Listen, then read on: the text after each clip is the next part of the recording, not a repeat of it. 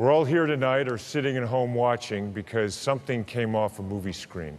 In 2007, Star magazine broke a story that Tom Cruise tried to bury. They claimed he spent $10 million building something underground at his Colorado ranch. It wasn't a wine cellar or storage room. It was a sealed bunker for 10 people with special air systems. The magazine said it was designed to protect against alien contamination. Cruise's team immediately denied everything, but construction workers had already seen too much. What they discovered beneath his 320-acre property connects to his deepest Scientology beliefs. The timing wasn't random. This happened right when Tom reached the church's most dangerous level. Tom Cruise came into the world on July 3, 1962, in Syracuse, New York, and from the very beginning, nothing felt steady around him. His mother, Mary Lee, tried to hold the family together while working as a special education teacher, but his father, Thomas Cruise, Mapother III, could not keep a job and carried a storm inside him. The family kept moving from place to place, and Tom ended up attending 15 different schools in 12 years.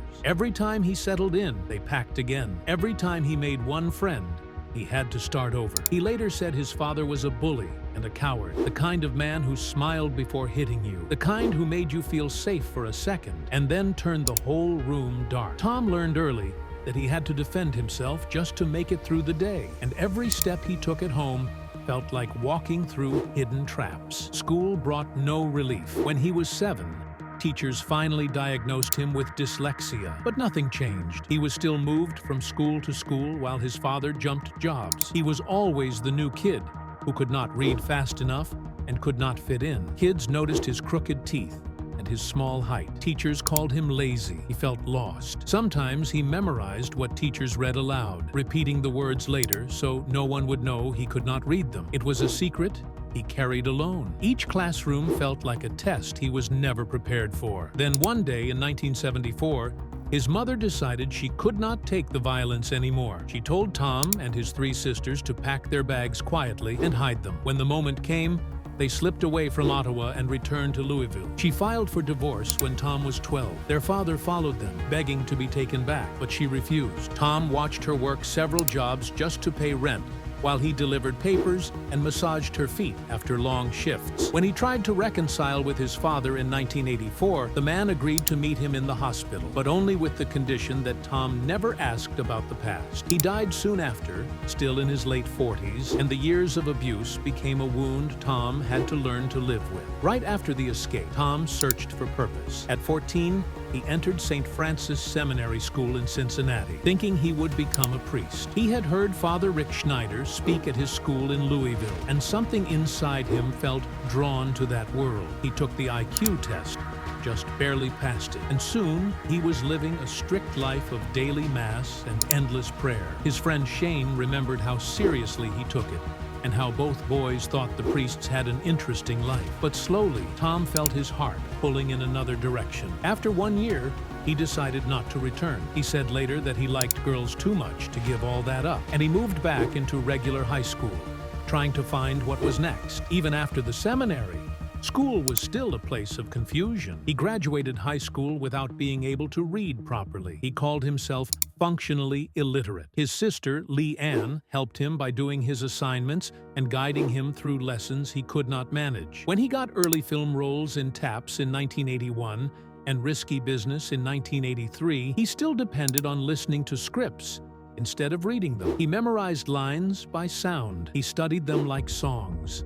For years, he hid this struggle from everyone around him, even while smiling on movie sets and pretending everything was fine. But he never stopped pushing. At 18 in 1980, he left Glen Ridge, New Jersey, and moved to New York City with almost nothing. He arrived with hope and the determination to give himself 10 years to make it as an actor. He worked as a busboy and unloaded trucks to survive. He auditioned constantly, walking into rooms filled with trained actors, while he carried nothing but instinct and courage. His first film role came in Endless Love in 1981, a tiny part, but it opened the door. That same year, he got a major supporting role in Taps. The film cost $14 million to make and earned $35.8 million at the box office. And suddenly, casting directors noticed the intense 19-year-old who took his role so seriously It startled everyone around him. Still, the hidden battle with dyslexia continued. He relied on Lee Ann for help. He talked to directors to gather information so he did not have to read. He memorized parts phonetically. Sometimes his legs hurt from the effort of trying to study. Sometimes his head ached so badly he had to stop, but he kept going. And when he filmed Top Gun in 1986, he was still barely able to read. He beat more than 200 actors for the role of Maverick and flew in real F-14 Tomcats, getting sick in the air just like the rest of the cast. Top Gun cost $15 million and exploded into $357 million worldwide. It became a cultural wave. MTV played its songs non-stop. Navy recruiters reported a 500% jump in interest. And in the middle of all that success, Tom finally found a way to fix what had haunted him since childhood. That same year, he discovered Scientology's study technology, and with those techniques, he finally learned to read with confidence. He later said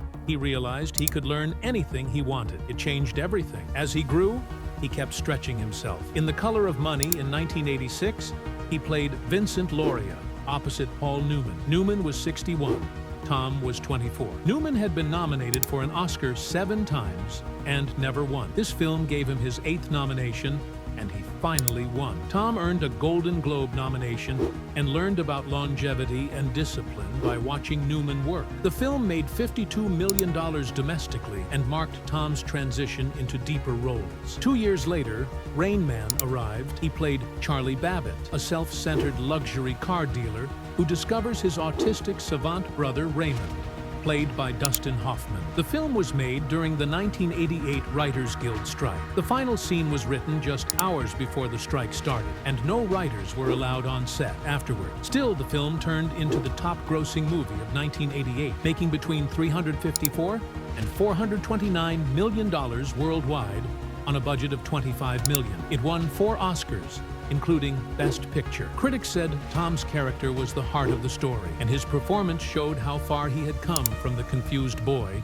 who once struggled to read a single page. Then came Born on the 4th of July in 1989, a role that demanded everything he had. To play Ron Kovich, he spent months in a wheelchair and visited veteran hospitals. Oliver Stone even suggested giving him a drug that would paralyze him for 2 days to help him understand the character, but the insurance company refused. Tom lost weight. He carried the emotional edge of his own past. On his 27th birthday, July 3, 1989, Ron Kovich gave him his real Bronze Star Medal. The film cost $17.8 million and made $162 million worldwide. Tom received his first Oscar nomination for Best Actor. Tom Cruise stepped into NASCAR with a kind of thrill that pulled him forward. He trained like a real racer for Days of Thunder and pushed himself until he could feel every turn in his bones. He chose Tony Scott again because he wanted that same spark they had created before. The movie came out on June 27, 1990, with a $60 million budget, and it reached $157.9 million worldwide. Still, it felt small next to the storm Top Gun had created. Opening weekend brought only $15.5 million across 307 screens, and people at Paramount felt the hit right away. Yet something unexpected happened on that set. Cruise met Nicole Kidman in 1990, and the moment he saw her, he felt something he later called pure lust. Their chemistry moved fast. They married on Christmas Eve 1990 in Telluride, just months after filming ended. During that same period, his connection to Scientology grew stronger and began shaping every choice he made. Before all of this, he had married Mimi Rogers on May 9, 1987. He was 24 and she was 31, and she opened the door that led him into the Church of Scientology. That single step changed the direction of his whole life. Their marriage lasted only 3 years and ended in 1990 when she turned 33. That number echoed later in strange ways with future relationships. Former Scientology executive Mike Rinder later revealed that church leader David Miscavige pushed the divorce forward. He even sent Greg Wilhare to convince Mimi to agree within 24 hours so Tom could marry Nicole. People close to the couple whispered that Tom was sleeping with anything that moved, And Mimi demanded Scientology marriage counseling. In 1993, she gave a sharp explanation in a Playboy interview, saying Tom was thinking of becoming a monk because he believed celibacy would keep his instrument pure. She added that her instrument needed tuning. It was a brutal line that told the whole story in a single breath. A Few Good Men arrived in 1992 and dropped Cruise into a courtroom opposite Jack Nicholson. The movie hit with force and pulled in $243 million worldwide. When Nicholson yelled, "You cannot handle the truth," the line burned itself into movie history. Even though it had not been designed as the big centerpiece, Nicholson's delivery changed everything. Cruise had to memorize pages of dense legal dialogue, even though he struggled with severe dyslexia. He taught himself to visualize each line and build mental pictures so he could read. That work paid off, because the movie sat at #1 for 3 straight weeks and became the highest-grossing R-rated courtroom drama of that time. Then came The Firm in 1993, and the box office exploded. It earned $270.2 million worldwide off a $42 million budget. Opening weekend alone hit $32.5 million, and the movie stayed at #1 for 3 weeks. The domestic total was $158 million, which equals roughly $364 million today. Grisham novels were a force in the 90s, and Cruise leaned into the role with everything he had. Again, his dyslexia pushed him to use visualization techniques to understand all the legal terms. Critics praised how he captured the paranoia and rising fear inside Mitch McDear, and audiences kept coming. Interview with the Vampire in 1994 brought a storm before filming even began. Anne Rice hated the idea of Tom Cruise as Lestat. She wanted Julian Sands, and even said Cruise was completely wrong for the character. Director Neil Jordan had first offered the role to Daniel Day-Lewis, who turned it down because he would have had to sleep in a coffin for the entire production. Jordan still saw something in Cruise. He felt both Cruise and Lestat hid parts of themselves behind a perfect shine. Cruise wore blue contacts and stepped into the role beside Brad Pitt's Louis and 12-year-old Kirsten Dunst as Claudia. The movie earned $223 million worldwide, and the backlash began to shift. On September 23, 1994, Anne Rice took out a full-page ad praising Cruise for his courageous performance, and later sent him a letter saying the charm and innocence she loved in Lestat were alive in his version. Mission Impossible arrived on May 22, 1996, and changed the course of his career. The budget was $80 million. Opening weekend brought $45.4 million, and the final worldwide total reached $457.7 million. Cruise was signed for only 6 months, but the production grew into something larger. It sparked a franchise with 7 sequels and pushed Cruise into stunt work that kept raising the bar. By Mission Impossible Fallout in 2018, he was flying helicopters himself. He earned his pilot license and trained for 6 months so he could handle dangerous maneuvers near mountain walls. He did every bit of the flying on screen and proved he was willing to risk almost anything for authenticity. Around the same time, something else happened. In 1993, Cruise reached the secretive OT3 level inside Scientology. That was when the church revealed the story of Xenu, an alien ruler who brought billions of beings to Earth 75 million years ago and destroyed them near volcanoes with hydrogen bombs. The souls of those beings, called Thetans, were said to cling to humans today. People who witnessed Cruise in that moment said his reaction was raw and intense. He had been studying Scientology since the mid-1980s, so reaching this level took 8 years of effort and a huge amount of money. The revelation created a deep conflict inside him as his public fame rose higher and these strange beliefs became part of his private world. Then came Jerry Maguire on December 13, 1996. The movie earned $273.5 million worldwide off a $50 million budget and became the 9th highest grossing film of that year. The famous Show Me the Money scene was mostly improvised. Cruise and Cuba Gooding Jr. shouted and pushed the energy higher until it felt alive. Cameron Crowe had originally wanted Tom Hanks for the role, but scheduling stopped it. The script gave the world lines like "You complete me" and "You had me at hello." Cruise won a Golden Globe and earned an Oscar nomination. Gooding won the Academy Award for Best Supporting Actor, and many of his lines came straight from the moment. It proved Cruise could shift into romantic comedy with confidence. Vanilla Sky arrived on December 14, 2001, with a $68 million budget and the weight of a world still shaken by 9/11. Even with the heavy climate, the movie made $203.4 million worldwide. One scene required shutting down Times Square early on a Sunday morning. Cruise ran through a space that was always full of crowds and cars, but that day, it was silent. The shot moved from Steadicam to crane, and they rehearsed it again and again to capture the lonely mood. The movie opened with $25 million and kept steady legs over time. His marriage to Nicole Kidman, which had begun in December 1990, carried both love and shadows. They adopted Isabella Jane in 1992 and Connor Anthony in 1995. People thought they were solid, but in February 2001, Cruise filed for divorce, and the world froze for a moment. Mike Rinder later wrote that David Miscavige had played a central role in shaping their relationship from the beginning. He even visited the Days of Thunder set in Daytona. Rinder claimed that Miscavige had ordered the push to break Tom's first marriage so he could marry Nicole. Later, the HBO documentary Going Clear said Cruise hired a private investigator to wiretap Kidman's phone, though his attorney denied it. After the split, the church labeled Kidman a suppressive person, and the distance between her and Cruise grew wider. Mission Impossible 2 in 2000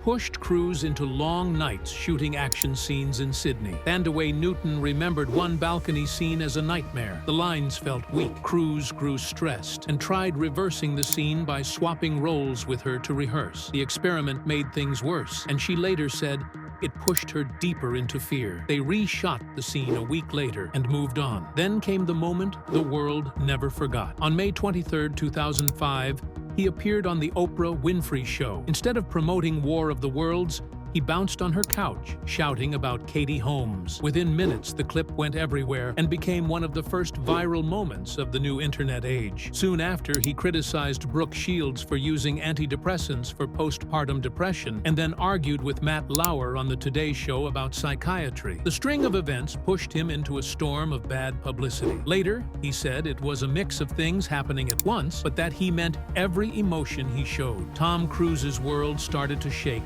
long before people realized it. In August 2006, everything exploded when Viacom chairman Sumner Redstone went public and slammed him in the Wall Street Journal. He said, someone who hurts the company and sinks revenue should not be on the lot. It was a brutal hit. It came after the Oprah couch moment in May 2005, and after Cruise pushed Scientology so hard that Mission Impossible 3 earned almost $100 million less than the previous film. The studio ended their 14-year partnership and blamed his behavior for the financial dip. At the same time, ClosetGate blew up when South Park mocked Scientology, and the fallout led to boycott threats everywhere. Fans even said they would skip MI3 until Comedy Central re-aired that episode in July 2006. Still, the movie crawled out of danger and reached $398 million worldwide. It was not a complete career death, but Redstone's attack became the first time a major studio chief openly took down a superstar for religious activism instead of quietly cutting ties. Right before that storm, something even stranger had been happening behind the scenes. Before Katie Holmes entered his life, the church arranged a secret girlfriend hunt in late 2004. It looked like an audition. Iranian-born actress Nazanin Bonyadi thought she was doing a training project. Instead, she spent weeks in daily auditing sessions in October 2004, where she revealed private stories and her history. Then she met Cruise at Nobu in November 2004. Their first date ended with the Rockefeller Center ice rink being closed just for them. But the magic died fast. By January 2005, it was over. She talked about it afterward, and the church punished her. She was sent to a Scientology center in Florida and forced to scrub toilets with toothbrushes and dig ditches at night. 3 months after that breakup, Cruise appeared publicly with Holmes, and in November 2006, they married. When Holmes filed for divorce in June 2012, Cruise later admitted under oath that she did it to protect Suri from Scientology. And between June and Thanksgiving 2012, he saw his daughter only 10 days. Yet in the middle of that chaos, War of the Worlds moved like fire. Spielberg's film opened on June 29, 2005, with $81 million worldwide on day one and pulled $64.9 million during Independence Day weekend. It was the biggest opening of Cruise's entire career at the time. The film hit $200 million domestically in just 24 days. The budget was $132 million. Even though tabloids attacked him over Tomcat and Scientology, the movie still earned $603.9 million worldwide. It became the fourth highest grossing film of 2005. The domestic box office was $234.3 million, and the international one reached $372.6 million, showing his overseas fan base was still strong. Ironically, people noticed his character's fight against alien invaders and linked it to Scientology's Xenu story about alien souls. The film stayed as his highest-grossing title until Ghost Protocol beat it in 2011. Its 3.61 legs multiplier showed how well audiences spread the word even during the worst media storm of his life. Cruise's next major controversy came when he played Colonel Klaus von Stauffenberg in Valkyrie. Germany pushed back hard. Many officials said a Scientologist should not portray a national hero. Von Stauffenberg's own son publicly rejected the casting. In June 2007, the German Defense Ministry blocked filming at Berlin's Bendler Block Memorial. Days later, they reversed the decision, but pretended the ban had applied to all productions. Even though the government resisted Scientology, Germany's Federal Film Fund quietly gave the movie $6.5 million in subsidies. During filming, Cruise wore the eye patch Stauffenberg used, and it messed with his balance and depth perception. In August 2007, real World War II planes painted with swastikas flew over German towns during production. The movie opened in December 2008 and made $8.5 million on day one. It went on to take in $200 million worldwide. The backlash faded, and Cruise's dedication paid off. Then came Night and Day in June 2010. It reunited him with Cameron Diaz 9 years after Vanilla Sky. It was his first big star moment after the Holmes divorce became worldwide gossip. He threw himself into the stunts. In the famous Running of the Bulls scene, visual effects teams planned to add digital bulls later, but Cruise said no and insisted they use real bulls along with motorcycles. The chase stretched through Seville, Cadiz, and parts of Universal Studios with smart cars flying around them. Still, the opening day was his weakest since 1992's Far and Away. Valkyrie had opened with $8.5 million in 2008. And this did worse. His personal drama was hurting the numbers. Yet the movie still earned $262 million worldwide, giving him a small lift during his slump. Viewers liked the action, but were split on the story. Later, it even inspired the Bollywood remake, Bang Bang. To understand why these controversies kept sticking to him, you have to look back at where his Scientology journey began. He joined in 1986 after Mimi Rogers brought him into the church. 7 years later, in 1993, he reached OT3, the level where members learn about Xenu. According to the church, Xenu killed billions of souls 75 million years ago with hydrogen bombs inside volcanoes. These souls, called thetans, supposedly latch onto humans and cause mental and physical problems. Cruise nearly quit at that level, but stayed and worked his way up until he reportedly reached OT 7th by 2005. At that stage, members believe they can control their inner universe and clear thousands of these attached spirits through intense auditing. The church's control went deeper during his marriage to Nicole Kidman.